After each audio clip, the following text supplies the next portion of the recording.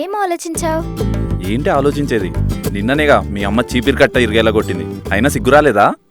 రాలేదు. ఎందుకొస్తుంది? ఆ బుర్రలో గుజ్జుండాలి కదా. నా బుర్రలో నువ్వు తప్ప ఇంకెవ్వరు. దేవుడా తల్లి, నీకు దండం పెడతా, ఈ జన్మకు నన్ను వదిలే. ఆ ఛాన్సే లేదు.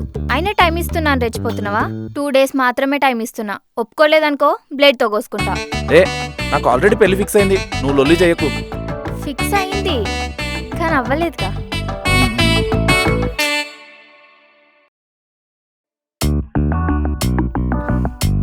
హాయ్. హాయ్ అండి.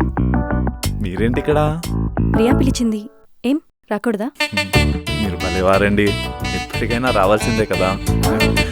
వెళ్దాం పదండి. తిను.